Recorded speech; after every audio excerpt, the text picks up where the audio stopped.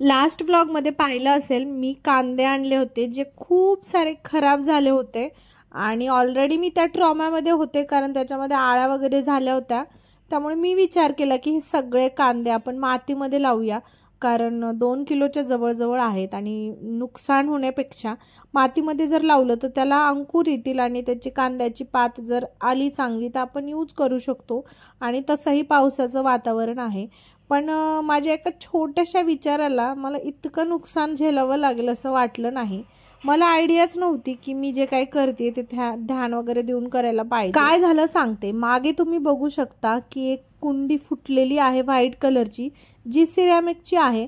बरं, ती कुंडी कशी फुटली हे तुम्हाला माहिती असेल.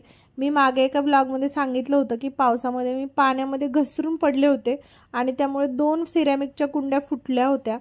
त्या कुंड्या आम्हाला फेकून द्यायला वेळच भेटला नाही आणि जोपर्यंत नवीन कुंडी येत नाही तोपर्यंत आम्ही ती कुंडी तशीच ठेवली आणि त्याचे जे तुकडे आहेत तुटलेले ते बाजूला एका कोंट्यामध्ये ठेवले आणि कांदे लावण्यासाठी मी तिथे बसले आणि बसल्यानंतर त्या सिरॅमिकच्या तुकड्यापैकी एक तुकडा जो आहे म्हटलं माती वगैरे उकरण्यासाठी यूज करावा आणि त्या तुकड्याकडे हात न्यायला आणि इकडे इवाने आवाज द्यायला एकच वेळ झाली. इवाकडे बघण्यासाठी मी मान इकडे वळवली आणि तो सिरॅमिकचा तुकडा माझ्या हाताला लागला. बरं, मला या अगोदर अजिबात आयडिया नव्हती की सिरॅमिकचा तुकडा इतक्या जोरात हाताला कट मारतो याचा अर्थ मला आयडियाच नव्हती की सिरॅमिकच्या तुकड्याला आपण हात जरी लावला तो नॉर्मली कट होऊ शकतो.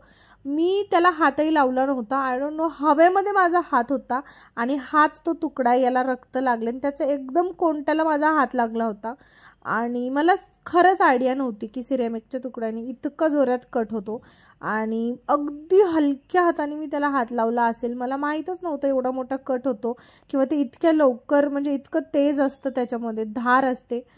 असो, हाताचं रक्त निघालं आणि हात इतका पेन करत होता मला आणि मी म्हणलं चला आता बाकीचं जे काम आहे कांदे लावायचं ते करून घेऊया.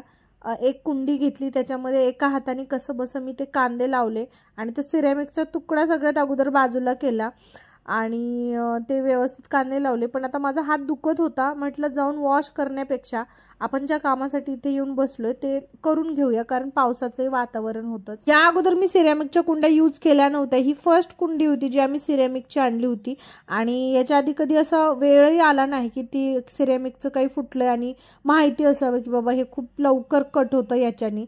असो, तर रक्त लागलेलं आहे भरपूर.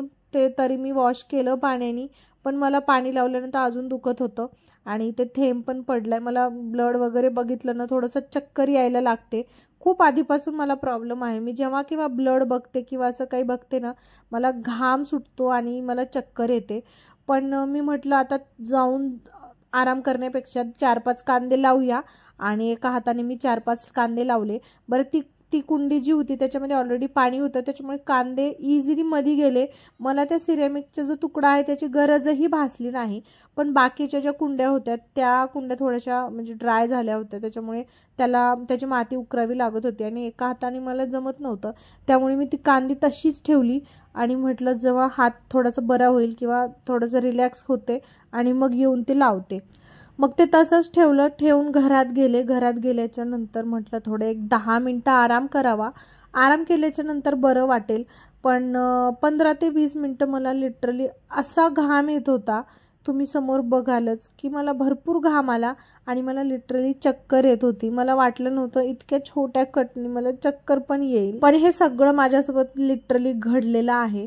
मी गेले, सोफ्यावर बसले, 5 मिनटं वाट बघितली. म्हटलं कांदे तसेच आहेत, पाऊस येईल, लावावे जाऊन. पण मला 5 ते 10 मिनटाच्या नंतर सुद्धा बरं वाटत नव्हतं. घाम येत होता कंटिन्यू आणि घरी पण मी फोन करून सांगितला. आहोंनाही फोन केला, म्हटलं असं असं लागले. सगळ्यात अगोदर तर ते ओरडले. ते बोलले की तुला कोणीच सांगितले ते कांदे लावण्यासाठी?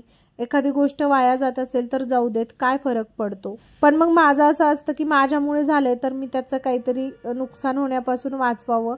पण ती माझी जी चूक आहे ती माझ्यावरच भोवली आणि कांदेही माझ्यामुळंच नुकसान झालं होतं. म्हणून मला ते खलत होतं की 2-3 किलो कांदे वाया जातील वगैरे. आणि मग ते सिरॅमिकचंही लागल असा काही अंदाजा नव्हता. सो होतं, कधी कधी घडतात अशा गोष्टी. असो, त्यानंतर मी आराम केला आणि कांद्यांचं जे काम आहे ते मी तसंच ठेवलं. मी काय नंतर लावले नाही आणि आजचा व्लॉग मी इथेच संपवते, कारण नंतर मी काही शूट करण्याच्या मानसिकतेत नव्हते. थोडा वेळ झोपी गेले. आता नंतर काय झालं ते मी तुम्हाला उद्याच्या व्लॉगमध्ये सांगते. Thank you for watching. बाय.